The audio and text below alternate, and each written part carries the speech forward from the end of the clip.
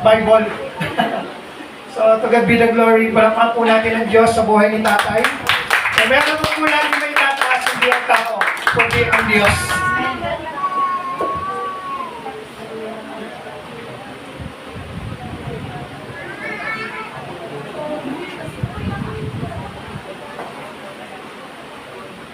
Magandang umaga.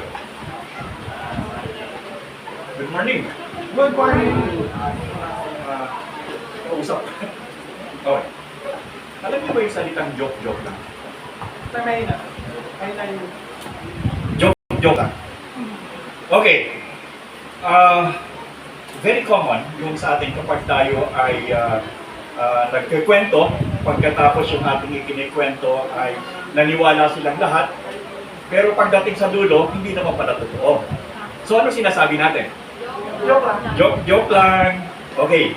So ngayong umaga, meron tayong issue na joke lang. Si Apostol Pablo noong sa kanyang pangangaral ay merong isang simbahan na walang ginawa kundi puro problema. Ano? At itong simbahan na ito ay sakit ng ulo ni Apostol Pablo. At nasa kanya na yata lahat ang suliranin na pwedeng tanggapin ng isang iglesia o ng isang simbahan. At isa dito sa naging issue nila ay yung tungkol sa pagkabuhay na maguli. Ang sabi nila, joke lang yan. Di ba totoo yan eh?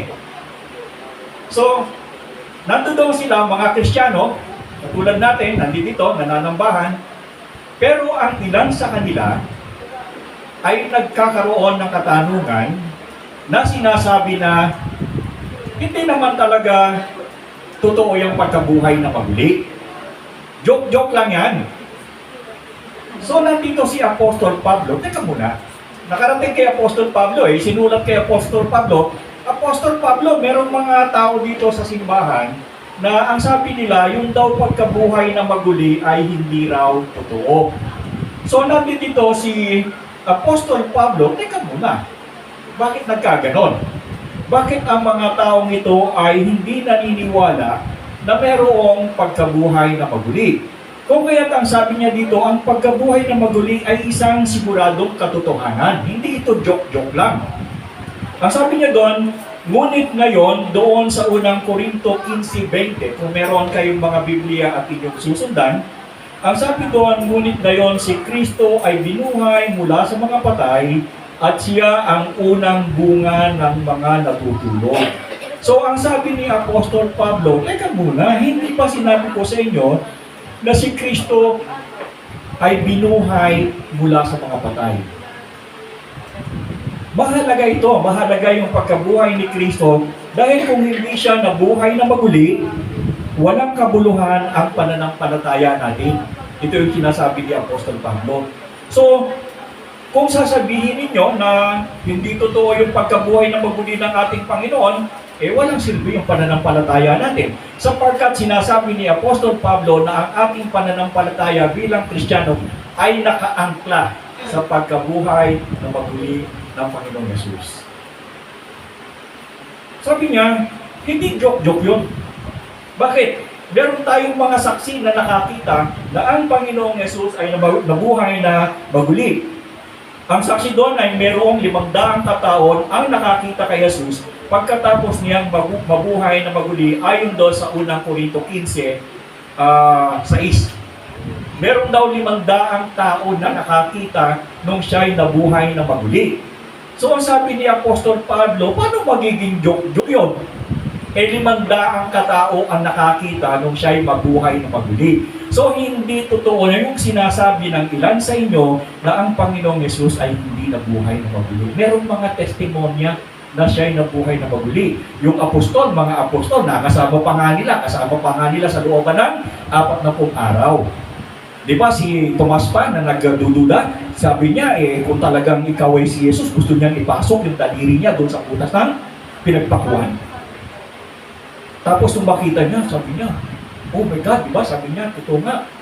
So, Yung sinasabi ng mga taga-Korinto na mananampalataya na nagdududa, na sinasabi nilang si Jesus daw ay hindi nabuhay na maguli, ang sabi ni Apostol Pablo, teka muna, mistake kayo. Di ba? Kumbaga sa, ano nga yun? Yung kina Joey De Leon, anong sabi doon? Wow, mali. Mali yan, mali. Kasi, hindi natin pwedeng pabulaanan ang pagkabuhay na maguli ng Panginoon sapagkat may mga testigo. At ang testigo hindi lang isa, dalawa. Ang sabi niya, meron pa nga 500 na nakakita sa kanya. At ang sabi doon, pinuntahan pa nga yung kanyang libingan, hindi ba? At nung puntahan yung kanyang libingan, walang laman. Ang sabi naman, ninakaw naman ika yung katawan niya eh. Pero hindi, dahil kung ninakaw yung kanyang katawan, bakit siya nagpakita doon sa mga apostol? At bakit siya nakita ng 500 kung ninakaw yung katawan? So, isang patunay na siya ay nabuhay na maguli dahil yung libingan walang laman. Di ba? At kung sila ay dumating doon, yung libingan nga bukas pa eh. So ito yung sinasabi ni Apostol Pablo doon sa mga tao na kung saan ang nagpapabulaan sila na ang sinasabi nila na ang pagkabuhay na maguli daw ay hindi totoo. At ito ay pinapatunayan ng kasaysayan at ito hanggang sa ngayon ay pinaniniwalaan sa mundo. Ikalawa, kung talagang walang pagkabuhay na maguli, ang sabi nga ni Apostol Pablo, anong saysay ng pananampalataya ninyo? Diba? Anong saysay ng pananampalataya ninyo kung si Jesus ay hindi nabuhay na maguli sapagkat ang ating pananampalataya ay doon nakaangkla? Di ba pinangako ni Jesus na ako ay pagkaraan ng 3 araw, ako ay magbubuhay na maguli? Kung hindi nangyari yun, anong nangyari sa salita ng Panginoon? Sinungaling siya. Di ba? Pwede ba magsinungaling ang Panginoon? Hindi eh. Ang nagsisinungaling dito, yung mga tao doon sa Korinto na nagsasabi na walang katotohanan ng pagkabuhay na maguli.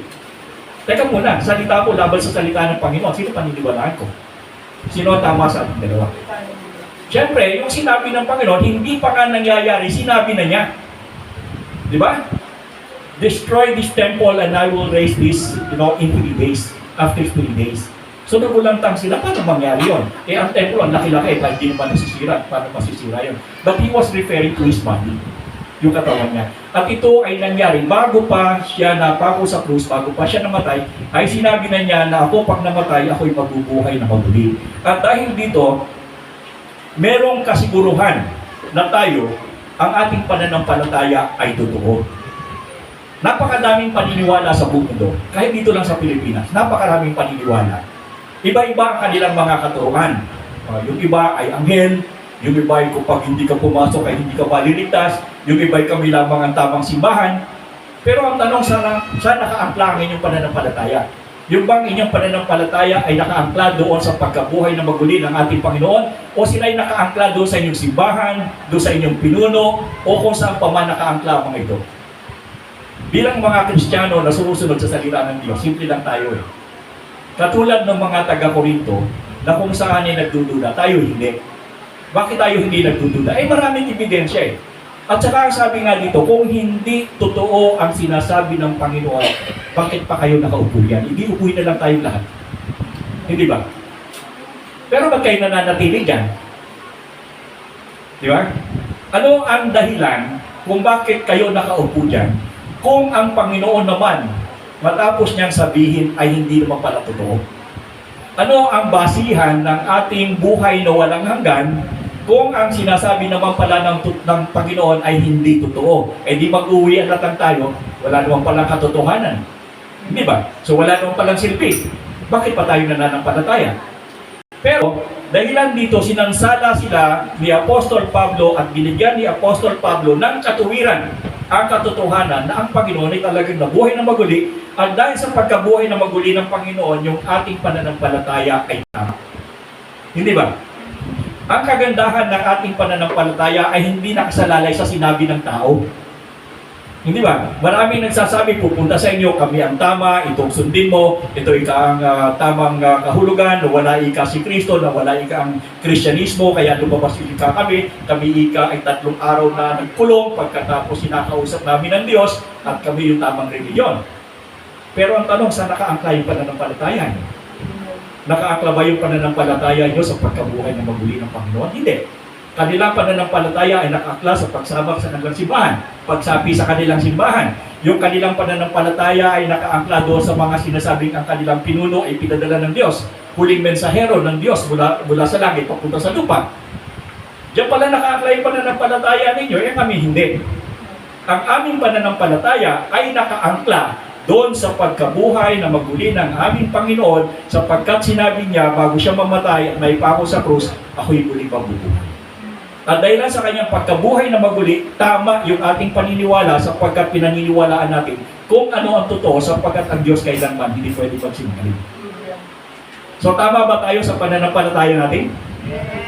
Bakit tama yung pananampalataya natin?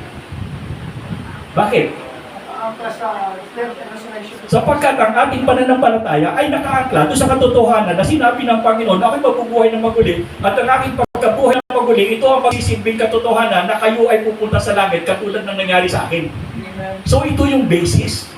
Ito yung palatandaan na tayo ay tama na bubuhayin maguli sapagkat kung si Jesus ay hindi binuhay ng maguli, paano tayo bubuhay? Eh naman palang nagsabi ng bubuhayin, hindi naman pala binuhay. Eh di joke-joke lang yun. Di ba? So, napakaliwanag, napakasimple ang basihan ng ating pananampalataya at hindi ito kinakailangan ng masyadong mataas na pagtuturong sabihin natin theological understanding. Hindi eh. Napakasimple. Napaka-basic. Tayo ay pupunta sa langit at ang ating katawan ay babaguhin sapagkat ito'y kanyang sinabi at siya ay nagpakita ng ehemplo. Siya yung nauna eh. Di ba? At kung hindi ito nauna ang Panginoong Yesus, ibig sabihin wala tayong basihan ng pagsunod. So tayo ba ay babaguhin ng Diyos? Tayo ba ay magkakaroon ng buhay na walang hanggan? At tayo ba ay mabubuhay mula sa mga patay? Simple lang ang dahilan sapagkat ito'y sinabi ng Diyos at ito ay isang argumento eh. Awayan ito doon sa Korinto eh sapagkat nagsasabi yung iba. Ang dami ng problema doon eh. Isang lumabas na problema dito. Ito yung nagsasabi na ay, joke lang yung pagkabuhay ng maguli na yan. Di naman totoo yan eh. Pero sinabi ni Apostol Pablo, teka muna, may argumento ako. Hindi ko lang naman sinasabi eh.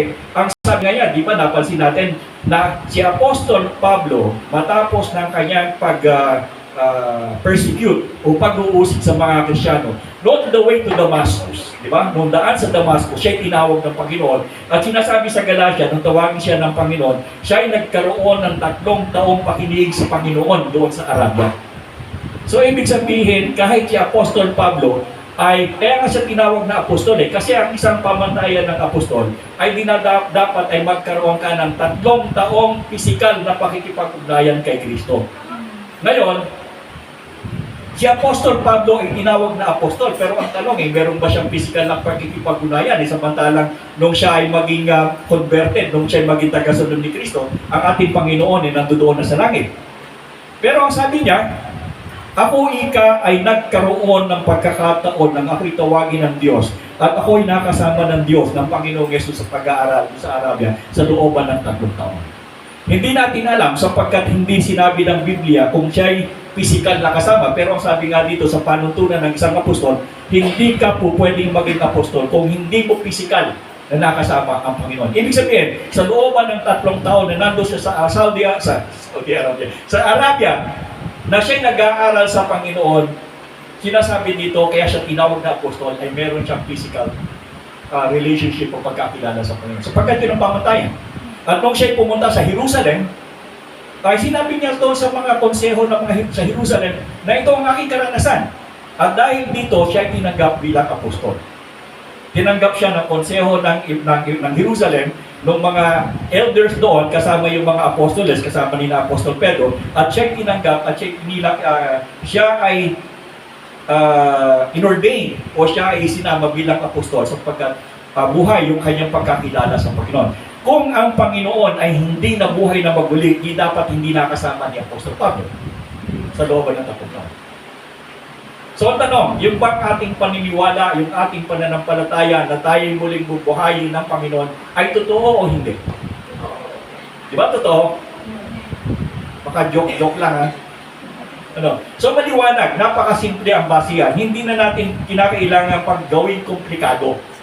Sapagkat kung ang salita ng Diyos ay ating pinaniniwalaan na ito ay totoo at tapat, ito ay hindi pwedeng magkamali at ito ang nagbibigay sa atin ng dahilan upang tayo na narito sa simbahang ito ay magkaroon ng katiyakan na tayo kung paano siya binuhay na maguli, ganun din ang gagawin sa atin. Ngayon, ito ang problema. Lagi mo iniisip yan. Kapag ang isang tao ay bubuhayin na maguli ng Panginoon, hindi ka pwedeng buhayin na maguli kung hindi ka namamatay. Hindi ka pwedeng buhayin na maguli ng Panginoon kung hindi ka namamatay. Ibig sabihin, kinakailangan muna nating mamatay bago tayo buhayin maguli. Yung bang buhayin maguli ng Panginoon na tayo ay nandoon sa katawan ng spiritual, ano? Yung katawan na kung saan hindi na nabubulok, hindi na dumadaan ng kahirapan, hindi na nagkakasakit, hindi mo na kinakailangan magtrabaho, hindi na kinakailangan bawasan ng taxes, ganyan. Palagay niyo ba maganda yun? Maganda yun, di ba? Pero hindi pwedeng mangyari yun kung hindi ka mamamatay. Gusto niyo na maranasan yun? Akala ko ba maganda ang buhay na walang hanggan? Akala ko ba maganda yung buhay na hindi ka na magkakasakit? At ang sabi dito, ikaw ay bubuhayin maguli ng Panginoon at wala ka ng hirap. Gusto niyo ba yun? Pagdating sa ganitong tao, tanong talagang nag-iinit tayo. Pwede ba, wag mo muna itanong yan. Gusto ko pa mag-enjoy ng buhay sa laman. Di ba? Yes. Ano ba may enjoy mo dyan? Pastor, walang ginawa. Yan yung anak mo. Iisipin mo yan, araw-araw na pagkain niya, papasok yan. Pagkano ang pamasahin niya, pagkano man yan. Eh samantalang kung tayo nasa buhay na walang hanggan na, wala ka nang iisipin. Di ba saya? Di ba saya nun? Wala makaibig sa inyo, puro ngiti na lang. Pero ang sinasabi dito, hindi natin po pwedeng maranasan ang buhay na walang hanggan at pagkabuhay na maguli kung hindi tayo mamamatay sa physical na katawan. There must be a transition. At sinasabi ko sa inyo, bakit ko sinasabi? Dapat tanggapin nyo na. Bakit? Sino sa inyo dito mabubuhay ng ano? Mabubuhay ng tulad ng mga tao doon sa lumang tipan? 500 years, 700 years. Gusto nyo bang mabuhay ng ganon? Gusto nyo bang mabuhay na kayo ay nakapampers na gumagapang kayo dyan sa kalsada? Tapos buhay pa kayo? 200 years old na kayo? Gusto nyo ba yun? Gusto nyo ba kumain ng gulay? Pagpahaba ng buhay? 200 years old na kayo, kakakain nyo ng gulay, buhay pa kayo? Nakapampers ka na, hindi mo na maintindihan kung anong gagawin. Anong gagawin mo? Pagka 200 years old ka na, hindi ka pa namamatay sa kakakain ng gulay, anong gagawin mo? Pwede ba? Pakainin naman ako ng karne. Kanin naman, maglamang gulay. So, kinakailangan na magkaroon ng transition. Transition from mortal life, doon sa mortal na katawan, patungo sa immortal. Hindi natin may iwasan yan, sapagkat yan ay nakatakda na sa bawat isa sa atin. Sapagkat minsan itinakda sa isang tao ang mamatay, ang pagkatapos nito ay paghuhukom o paghatol. So, whether you like it or not, lahat tayo ay babaguhin ng Diyos. At hindi tayo po pwedeng baguhin ng Diyos sa ganitong kalalagayan. Kinakailangan muna ang katawang nitong mortal ay mawala, mamatay, at pagkatapos nito, saka lang tayo bubuhayin maguli kasama ng Diyos. Naintindihan nyo? Yes, po. Hindi tayo po pwedeng makasama ng Diyos sa katawang ito. Sapagkat ang katawang ito ay makasalanan, ang katawang ito ay ayaw ng Diyos sapagkat ito ay puno ng karumihan at ito ay hindi maaari sa ating Panginoon. Kung kaya ang sinasabi ng Panginoon, totoo na ako ay nabuhay na maguli, at kung paano ako nabuhay na maguli, ganun din ang gagawin ko sa inyo. Pero kung paano ako namatay, namatay din kayo. Alam nga naman, namatay yung Panginoon, tapos nabuhay na maguli, tapos kayo hindi, tapos nabuhay na maguli kayo. Ano kayo siniswerte? Di ba? So, there must be a period of our lifetime na tayo ay mawawala sa physical na katawan. At yun lamang ang tanging paraan upang tayo ay bigyan ng Diyos ng buhay na walang hanggan doon sa glorified body natin. Amen, amen. So yung glorified body na yan ay hindi natin makukuha hanggat hindi nawawala yung earthly bodies. So, ibig sabihin, ang kagandahan lang sa atin, meron tayong kasiguruhan na ito ay mangyayari. Bakit? Sapagkat ito'y pinatunayan, ito ay ginawa sa atin, binigyan tayo ng ehemplo ng ating Panginoon na ito ay mangyayari at wala tayong dapat katakutan. Nagkaroon ng cancer, nagkaroon ng kung ano-ano karamdaman, napakahirap. Pero ang kagandahan nito, kahit anong hirap ng ating panglupang katawan, meron tayong garantiya na tayo ay bubuhayin maguli ng Panginoon. At ang sabi niya, doon sa lugar ng aking Ama ay maraming silid at kayo ay aking ipaghahanda roon. At kapag nakapaghanda na ako roon, ako'y muling babalik. Amen! Now, totoo ba yun? Opo! O joke lang? Hindi po! Okay. So, ito lamang ang isang kagandahan sa atin bilang mga mananampalataya. Pumunta kayo sa ibang simbahan. Subukan ninyo. Tingnan ninyo kung merong nagtuturo sa kanila na kasiguruhan ng kaligtasan na ang kaligtasan ito ay nakabase o nakaangkla sa pagkabuhay na maguli ng Panginoon. Wala. Tayo lang. Bakit? Sapagkat sa kanila, ang kanilang kaligtasan ay nakabase sa pagsapit sa simbahan. Yes. Ang kanilang kaligtasan ay nakabase doon sa pananampalataya ng kanilang pinuno o ang kanilang kaligtasan ay nakasalalay sa pamamagitan ng paggawa ng mabuti. Sa atin hindi. Ang angkla ng ating pananampalataya ay malinaw na sinasabi ni Apostol Pablo na tayo ay magkakaroon ng pagbabago ng buhay dahil ipinakita sa atin ng Panginoong Yesus bilang ehemplo na ito'y nangyari sa Kanya. Hindi natin ito dapat pagdudahan. At tayo, bilang tao, alam natin ito'y mangyayari sa atin sapagkat ang ating sinasampalatayanan ay yung pinangyarihan nito. Yung author, mismo ng pagkabuhay na maguli. So, hindi second hand yung ating belief. Hindi sabihin natin urig yung ating pananampalataya sapagkat sinasabi ng kasulatan, si Jesus ay namatay at nabuhay na maguli. At ang sabi niya, kapag ako ay nakapaganda na, ako'y babalik at kayo kukunin. O kung sabi nga niyan, kung kayo man ay namatay, ako'y muling babalik at kayo'y muli kong bubuhayin. Parang nagdududa pa ba kayo? Hindi po, certain eternal. Pagka kayo nagduda pa, para kayong mga taga-Korinto naman. Sinasabsala na nga ni Apostol Pablo eh. Mali ang kaisipan ninyo, huwag kayong mag-isip na ganyan sapagkat certain tayo. Ipinakita ni Apostol Pablo, tunay na tayo ay may buhay na. Walang hanggan, may pagkabuhay na maguli sapagkat pinakita ng Diyos na tayo ay sa Kanya, siya yung pinaka-pattern natin. Okay? Siya yung template ng ating pananampalataya. Ang pagkabuhay na maguli ay dapat magbunga ng banal na pamumuhay. Okay, hindi ibig sabihin na nakatitiyak tayo na meron tayong pagkabuhay na maguli, okay lang. Pwede na natin gawin ang lahat ng ating gustong gawin. Hindi ganoon eh. Sapagkat tayo ay mabubuhay na maguli na meron kadahilanan, sapagkat tayo ay pinili ng Diyos para sa buhay na walang hanggan, upang tayo ay mamuhay na may kabanalan at upang tayo ay mamuhay na naglilingkod sa Kanya at sumusunod sa Kanya. Yun yung dahilan. Huwag natin idahilan na, bubuhayin naman ako maguli ng Panginoon, okay na. Pwede ko nang gawin ang lahat ng aking kagustuhan. Teka muna. Ang sabi ng Panginoon, ng tunay na mananampalataya, sumusunod sa kanyang kautusan. Paano natin mapapatunayan na ikaw ay tunay na mananampalataya at mabuhayin maguli, samantalang hindi ko naman sinusunod ang kanyang utos? Hindi ba? So, meron mga simbahan, nakita ko, mga Christian simbahan. Sa panahon natin ngayon, napakahirap ng pamumuhay. Pero meron silang isang salita na napakaganda na nagustuhan ko. Alam niyo yung salita yun? Sacrifice. Sacrifice. Ang sacrifice kasi, against all odds yan eh. Ibig sabihin, mahirap yung sasalubungin mo. Pero pag sinabing sacrifice, okay lang. Kahit na mahirapan, okay lang kasi na-sacrifice eh. Now, sino muna nag-sacrifice? Ang Panginoong Jesus. Kayo yung mag-sacrifice na ipapako kayo sa krus. Okay. Di ba? Pero ginawa ng Panginoon yun dahil sa kinakailangan na tayo ay maligtas at ang kinakailangan sa kaligtasan natin ay batahin niya yung ating kasalanan. At ang pagbata sa ating mga kasalanan ay pangangailangan na siya ipako sa krus, mag-sacrifice siya para sa atin.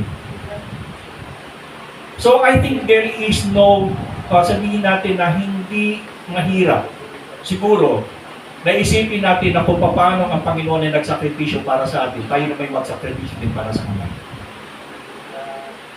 Alas 8 ang pananambahan. May Sunday school. May mga activities. Those are simple, napakaliit man. Pero hindi natin yan magagawa hanggat hindi natin inilalagay sa ating kaisipan na ang aking pamumuhay bilang isang Kristiyano na bubuhay maguli ng Panginoon, mayroong essential na sacrifice. Nakita ko ito kasi nung makita ko itong mga tao ito, mga Kristiyano ito na sinasabi nila na kinakailangan natin magsakripisyo.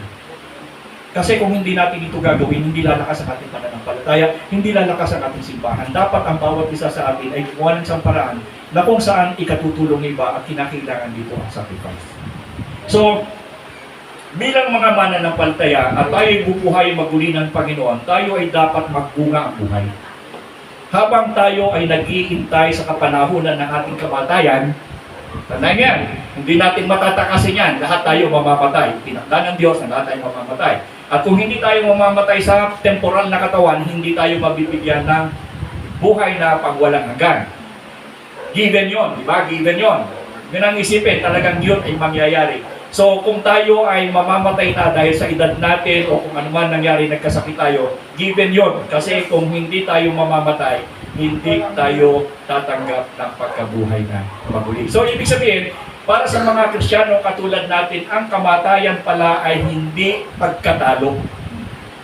Ang kamatayan pala ay isang sistema na ginawa ng Diyos pabor sa atin. Pabor yan eh. Halimbawa, ikaw may sakit na cancer, tapos bulok na yung katawan mo, hindi ka pa namamatay. 200 taon ka na, hindi ka pa namamatay. Wala nang natitira sa'yo, butot balat ka na lang, pero hindi ka pa namamatay. Gusto niyo ba yun? Pwede siguro kapag ikaw hindi, kung ikaw siguro ay wala kang pag-asa, no? Kung iniisip mo na kapag ako'y namatay sa laman, ako hindi ko alam kung saan ako pupunta. So, hindi ka bibitaw. Bakit? Wala kang kasiguruhan eh. Wala kang pag-asa. Samantalang kung tayo nabubuhay sa pag-asa at ito yung transition natin para tayo makarating sa Panginoon, good. Di ba? Sapagkat, sabi ko nga, kanina ko pa sinasabi, kung hindi ito mangyayari, there will be no transition. Death is a transition for all of us. Pero, alam niyo ba na ang transition ito hindi lamang para sa atin? Kahit hindi ka mananampalataya, ikaw ay mamamatay at bibigyan ka rin ng buo ng katawan ng hindi namamatay. Ang pagkakaiba lamang ay ang pupuntahan.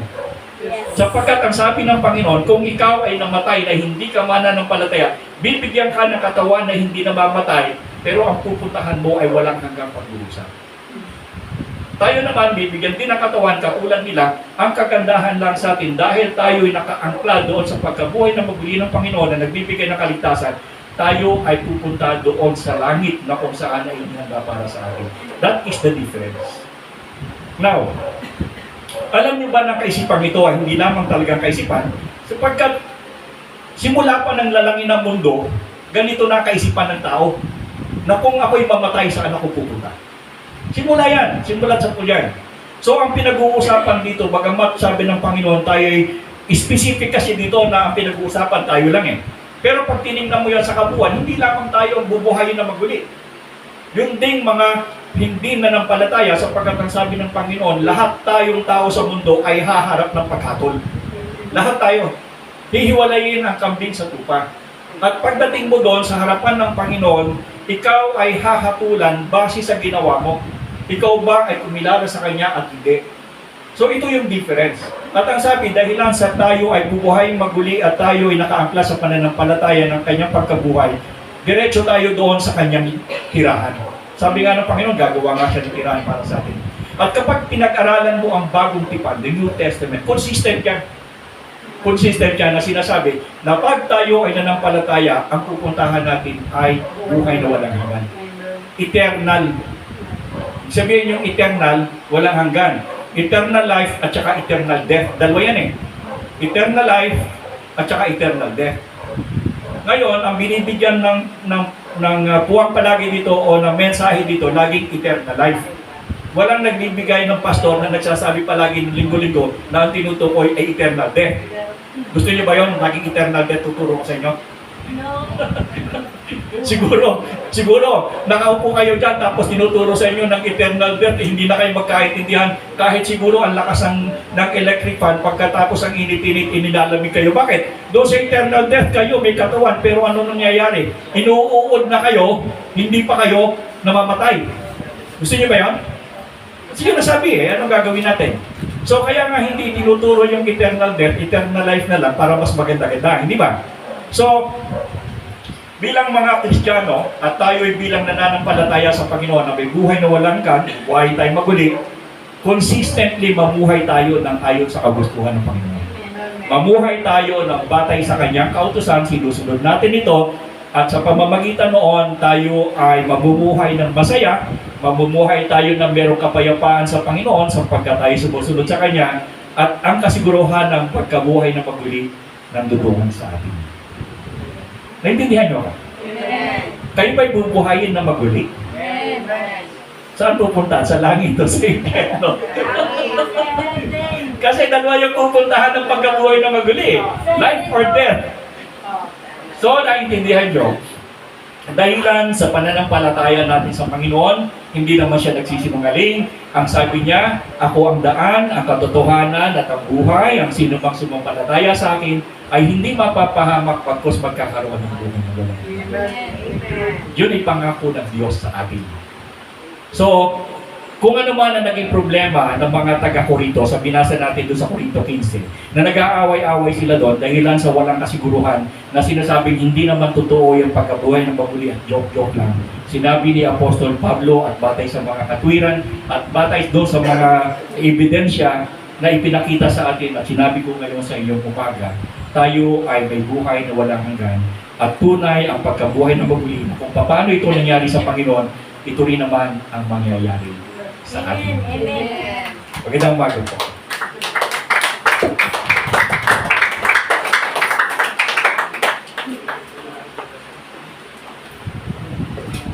Amen.